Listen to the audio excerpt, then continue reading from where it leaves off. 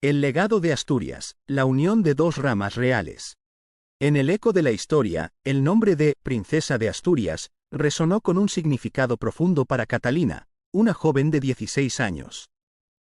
En sus oídos, este título representaba no solo un título honorífico, sino también el destino que la esperaba: heredar junto a su esposo, Enrique, la corona de Castilla. Una corona que, según su madre, le correspondía por derecho legítimo. Enrique, un niño de apenas 10 años, representaba la otra rama de la familia real, los Trastámara. Su unión, celebrada en septiembre de 1388 en la iglesia de San Antolín de Palencia, fue un momento de gran importancia, marcando el fin de una amarga disputa que había dividido a Castilla durante años. Catalina, nieta del rey Pedro el Cruel, y Enrique, descendiente de Enrique de Trastámara, representaban las dos ramas descendientes del rey Alfonso X, la legítima y la bastarda. Esta unión fue un símbolo de reconciliación, un puente que unió dos ramas enfrentadas.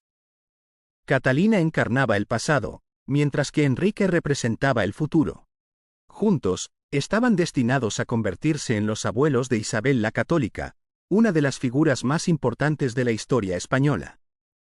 La ceremonia de esponsales se celebró probablemente en la Capilla del Sagrario, un lugar que hasta principios del siglo XVI fue la Capilla Mayor.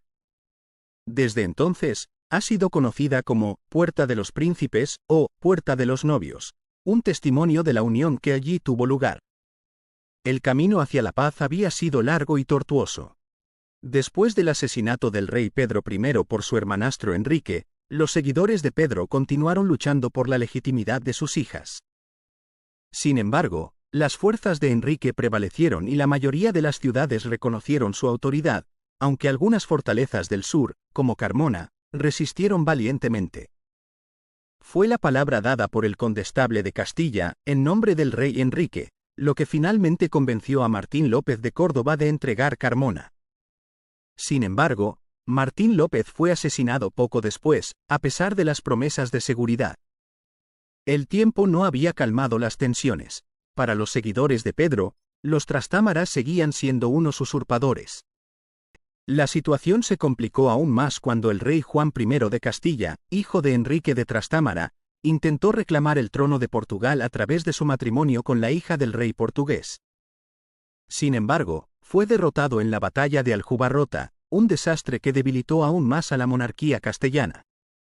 Fue entonces cuando se propuso un acuerdo de paz para sanar la herida que parecía insondable.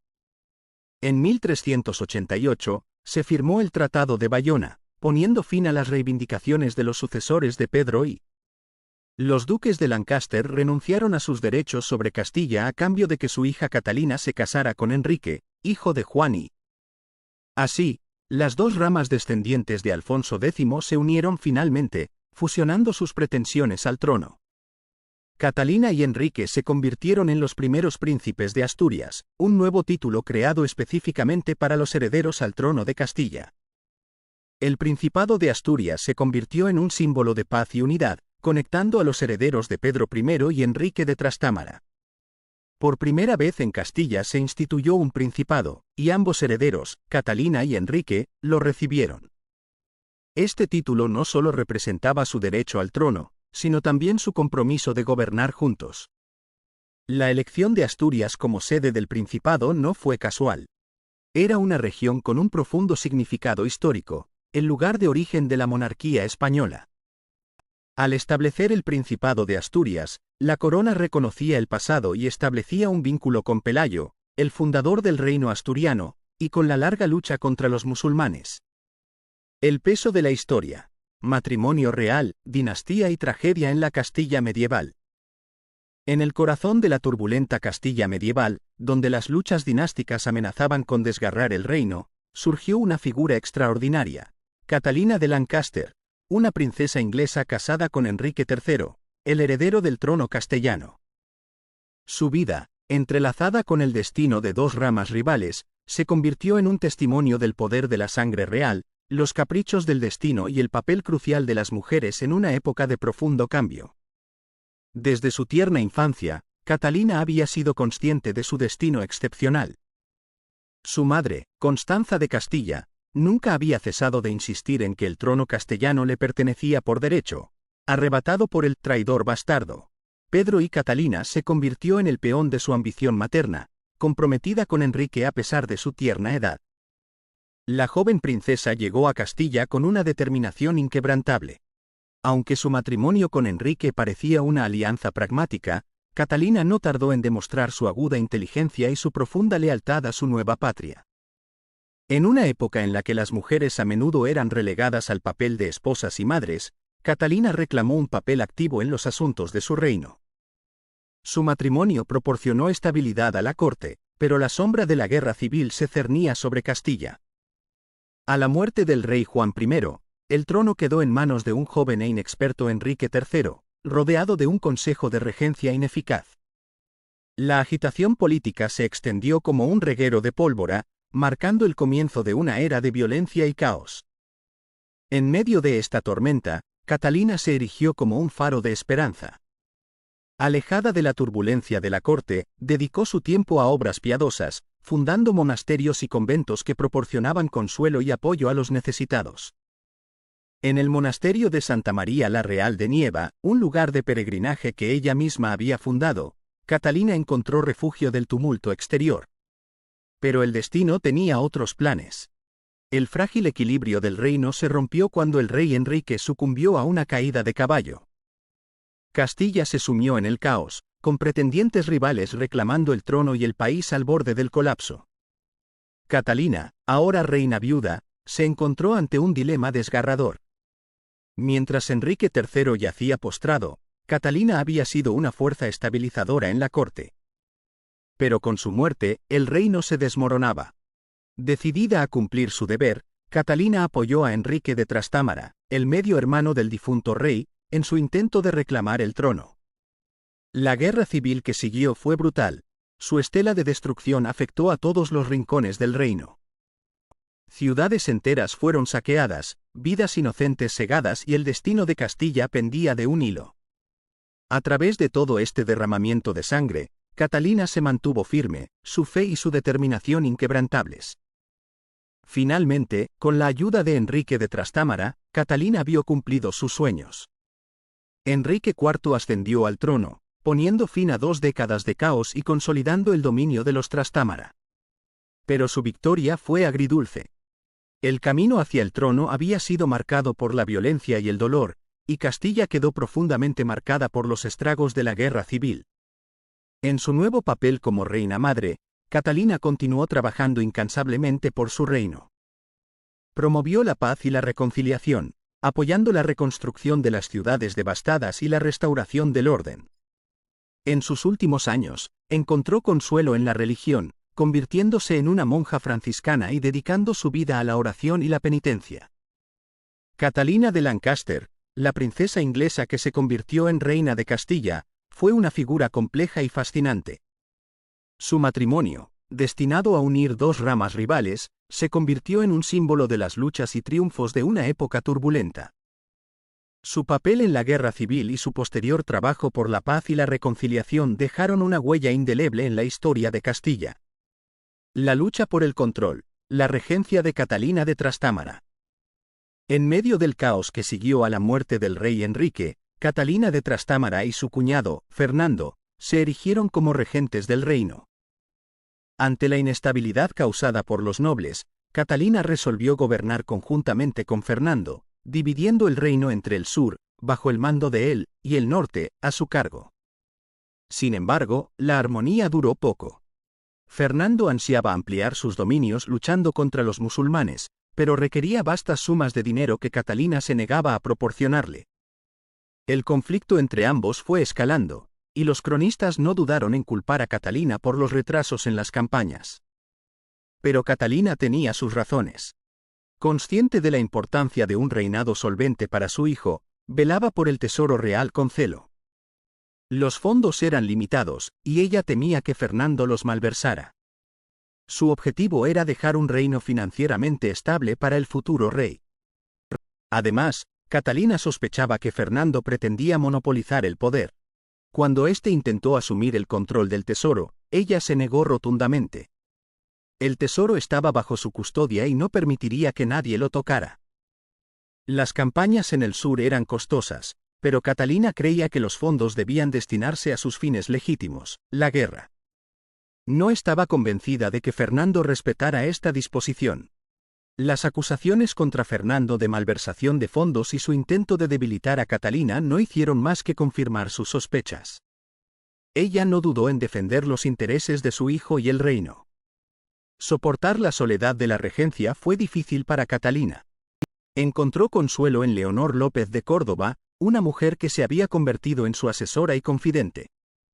Sin embargo, la armonía se rompió cuando Fernando exigió la destitución de Leonor. Catalina sospechó que Leonor se había convertido en espía de su cuñado. Con gran pesar, Catalina se vio obligada a despedir a Leonor, quien la había traicionado regresando a la corte con la intención de servir a Fernando. Este acto puso de manifiesto la astucia de Catalina y su capacidad para maniobrar en un terreno político traicionero. El conflicto entre Catalina y Fernando se intensificó cuando éste pretendió convertirse en rey de Aragón, aprovechando la muerte sin sucesión del rey Martín el Humano. Catalina se opuso, apoyando los derechos de su hijo, el príncipe Juan.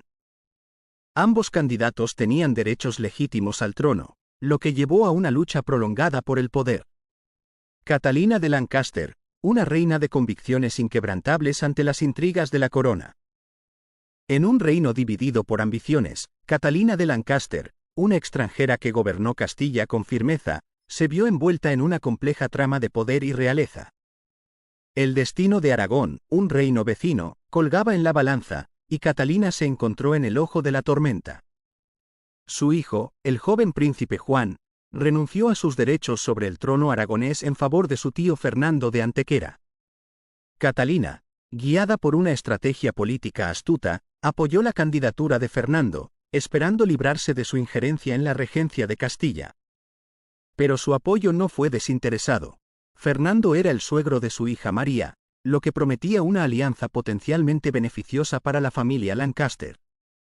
En esta encrucijada del destino, Catalina cruzó caminos con Vicente Ferrer, un sacerdote de renombre y fervoroso defensor de Fernando. La influencia de Ferrer en la península ibérica era inmensa, y su apoyo a Fernando fue crucial. Catalina vio en él un aliado valioso que podía contrarrestar la ambición de otros pretendientes al trono aragonés. 9 compromisarios, elegidos cuidadosamente por sus respectivos reinos, se reunieron en Caspe para deliberar sobre los derechos de cada candidato. Gracias al apoyo de Ferrer, Fernando fue elegido rey de Aragón por 6 votos. La ceremonia de coronación se celebró en Zaragoza, donde Catalina desempeñó un papel crucial como mediadora. Pero las intrigas no terminaron ahí. El conde de Urgel, otro pretendiente al trono, se resistió a la elección de Fernando.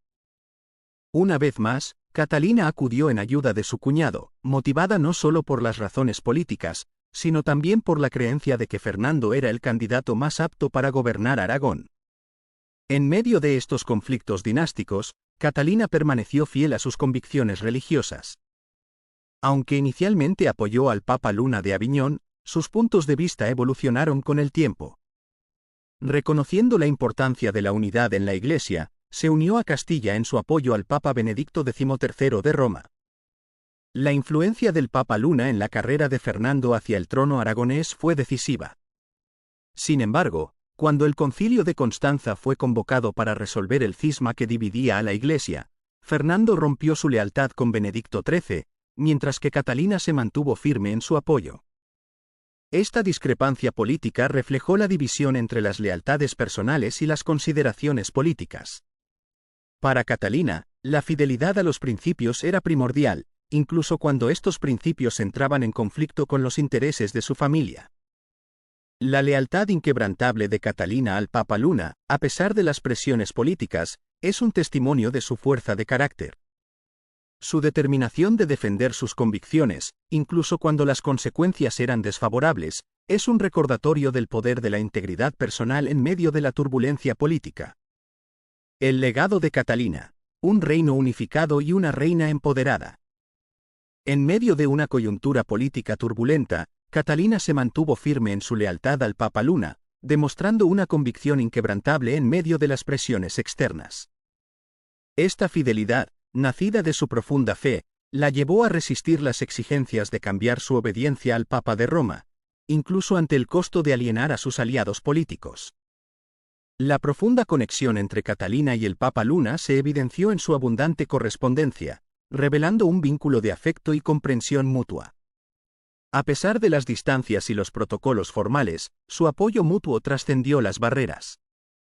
Catalina apoyó a Luna no solo por motivos personales, sino también por un profundo respeto por su autoridad como representante legítimo de la Iglesia. En un intento por poner fin al cisma de Occidente, algunos me presionaron para que retirara mi apoyo a Benedicto XIII, que residía en el aislado castillo de Peñíscola. Vicente Ferrer, influyente predicador, inicialmente dudó en tomar partido, al igual que yo. Sin embargo, finalmente me sentí obligada a abrazar la decisión del Concilio de Constanza y reconocer a Martín V como el Papa legítimo. Si bien sacrifiqué mis convicciones personales por el bien del reino, mi compromiso con Castilla permaneció inquebrantable. Tras la muerte de mi cuñado Fernando, asumí plenamente las responsabilidades de la regencia, ganando el apoyo de sus antiguos seguidores. Esta nueva libertad me permitió implementar un programa político ambicioso, reivindicando plenamente los poderes reales. Uno de los primeros logros de mi gobierno fue negociar una tregua con Yusuf III de Granada. Este acuerdo no solo trajo paz a la región, sino que también resultó en la liberación de 100 cautivos cristianos, un triunfo político significativo. La redención de los cautivos era de suma importancia en la mentalidad medieval, y Catalina demostró su compasión y sagacidad al asegurar su liberación. Además de su compromiso con la paz y la armonía, Catalina también valoraba el poder y se rodeó de mujeres que lo ejercían. Reconoció que las mujeres podían desempeñar un papel vital en el liderazgo, y su ejemplo inspiró a otras a aspirar al poder y usarlo para el bien. El legado de Catalina se extiende mucho más allá de la pacificación de Castilla. Unificó las facciones rivales, asegurando la estabilidad del reino. Salvaguardió los intereses del pueblo, fomentando la prosperidad y la justicia. Y entregó a su hijo un reino próspero y pacífico, una corona fortalecida con recursos de poder. Catalina, una mujer de convicción, compasión y ambición, fue una verdadera líder que dejó una huella indeleble en la historia de Castilla. Su historia es un testimonio del poder de la fe, la sabiduría política y el empoderamiento femenino.